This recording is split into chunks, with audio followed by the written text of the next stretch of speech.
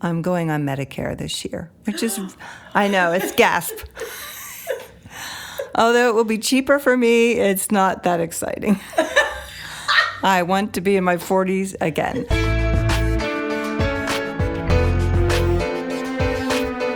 Welcome to the Brand New Me podcast. I'm Frances. And I'm Pam. And we are two women passionate about helping others thrive in life, not just survive. In each episode, we're going to find creative ways to offer hope for your future through our own life experiences. So join us every week as we learn together that we really can be a brand new me.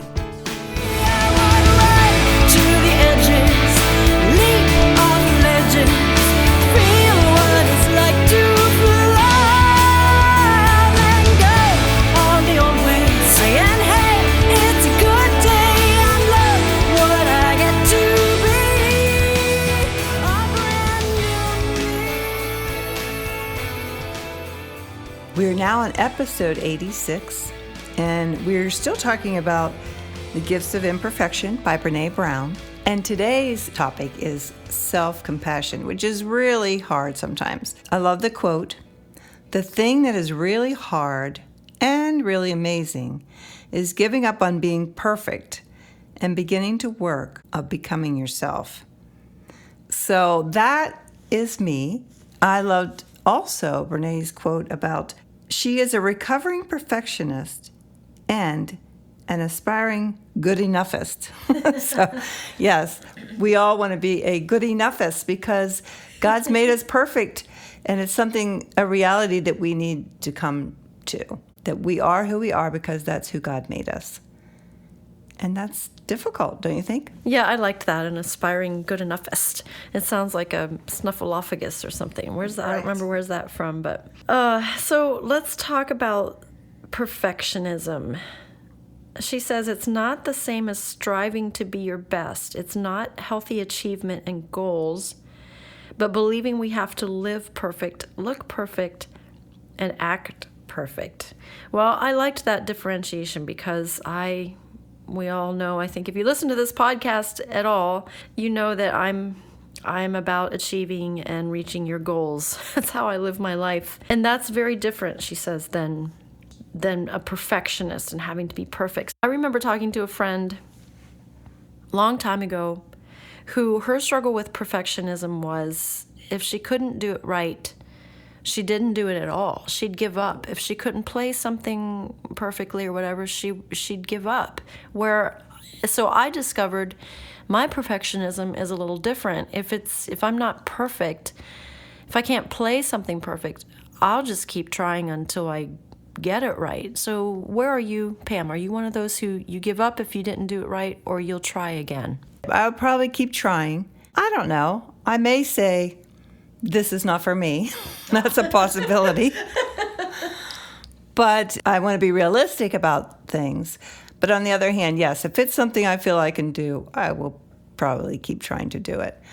I have a funny story about perfection. I was a teenager, and I was always a very compliant child. And so I remember, and my mom and I were very close, and I remember one time I was probably 14, 15. I was in trouble for something. I don't know what I did. I feel like I left the windows open, or I'm not sure what it was.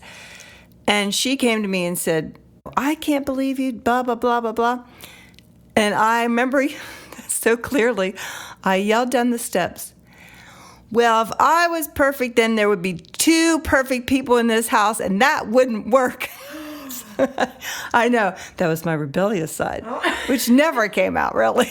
So anyway, it's just a funny story, and a story that happened years and years ago that I will always remember. Well, I don't think that means you're a bad child or you weren't compliant. I think you spoke honestly what probably the rest of us feel, but just never say. Okay, so this episode is self-compassion. What does perfectionism have to do with self-compassion anyway? Well, because we want to be perfect, we can't give ourselves a break. And so self-compassion is letting yourself make mistakes, letting yourself not be perfect, letting yourself be who you are, And I believe that's what it has to do with. So she gave like 3 different categories. As an example, I'm curious, as I look at these, one was looks, how you look, achievements and goals, housekeeping. I look at that and I would say that the place I have the most trouble being compassionate toward myself is my looks. I can deal with the housekeeping mess. I've learned that goals are really just something to help steer you, and if you don't reach them, it's okay. I've learned to be compassionate with myself about that. I still struggle with being compassionate toward myself, my weight, things I don't like about my looks. What about you? Which of these categories would you say you struggle with? I would probably have to say that as well, because it's the looks. Because it's, as women, you are thought now these days to look perfect because, in the magazines they're perfect, on TV they're perfect. And so it really shouldn't affect us because we are godly women. But for some reason you feel like if I had that extra 5 pounds on, you just want to kick yourself. Literally, I can get up and have gained 4 ounces and I'm angry. So it's a terrible thing. But yeah, looks are kind of big. And as we get older, I need to realize for myself, because Frances, I'm going on Medicare this year, which is, I know, it's gasp. Although it will be cheaper for me, it's not that exciting. I want to be in my 40s again. I have to say to myself, okay, holy smokes, girl, you're 65. Get over yourself.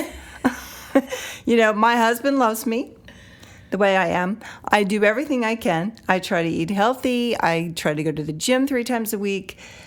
And really, I need to say to myself, let it go. This is where you are in life. But it is very hard growing old. I mean, it's difficult for me. It was for my mom.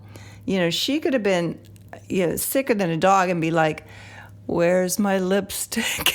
So I get it honestly, but that is a place where I have a hard time having compassion. Sometimes achieving goals, I get frustrated. The housekeeping, I'm pretty good at that and pretty on top of that, so it doesn't really affect me that much. You are on top of that, at least when I've been at your house, unless you clean like madly when I get there, but it's always spick and span. I haven't heard that word for a long time. I love it, spick and span. Spick and span.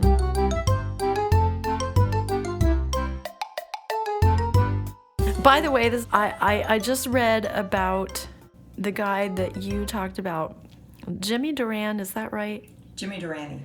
Jimmy Durante? Mm-hmm. I've been reading a book by Tony Bennett, and I'm learning so much about music and history, and you're going, what on earth does this have to do with self-compassion? Absolutely nothing. I just remember reading that about his Inky Dinky Doo song, and I thought, that's who Pam was talking about. If you mention the name Jimmy Durante, I've got to sing it. Didn't you do? I didn't you do? I didn't you do? Okay, the other thing I read in this book was that everybody else who's ever tried to sing that song never does it justice. Well, true. Okay, so here's a self-compassion quote, getting back on track. From her book, a moment of self-compassion can change your entire day. A string of such moments can change the course of your life. So here's 3 things she encourages us to think about. Self-kindness. Stop the self-criticism when we fail or feel inadequate. Common humanity. Everyone feels the same way. And mindfulness, a balanced approach to negative emotions. Don't suppress negative emotions, but also don't exaggerate the emotions. So I thought those were really helpful. It is helpful to know that everybody goes through the same struggles. Because you might look at a very talented, beautiful woman or a very talented, handsome man and think they have it all together. And when in reality, they're struggling just like we are to get to the place just like us. And so I think taking a pause and thinking, I'm just not the only one who's a little crazy here. Everybody has a little crazy in them, or just a little insecurity in them, or feeling a little bad about themselves. So I think that's a fantastic thing to remember. Everybody feels that way. It touches every single person around us. I've been watching a few musicians on Netflix, watching their documentaries or their concerts. It's one of the ways that I refuel after my December show. Just watching other people be creative helps me feel creative. And I watched the story or documentary of Lady Gaga, and it was very touching at one point. They showed a little bit of her finding out that she was going to do the Super Bowl, halftime show a couple years ago. But they showed behind the scenes of her in terrible pain. She had a hip out of place or something. I don't know what was going on, and just emotional stress build up to that show. And then after the show, I think it was her dad, she hugged, and they just cried and cried. And I thought, it just put such a tender human side to her, to realize this is somebody's daughter. This who was somebody who, even though they had this incredible privilege to do this halftime show, she was still nervous. She was still had, I think, some self-doubt. And she was just like she fell apart kind of afterwards with her manager. And it was very, very touching. And who knows how they filmed it and if they showed us all of it. But it was just a good reminder to me that even someone like her is still feeling like, she said to her manager, where are we going to go from here? Like, this is kind of it. To do this halftime show is huge. And I think I remember he just said to her, oh, you're going to book stadiums. Don't worry about it. There'll be plenty of places to go from here. So I think there was a quote that you wanted to share from her chapter. Why don't you close us out with that, unless there's something else you wanted to say? I think I'll end with a quote.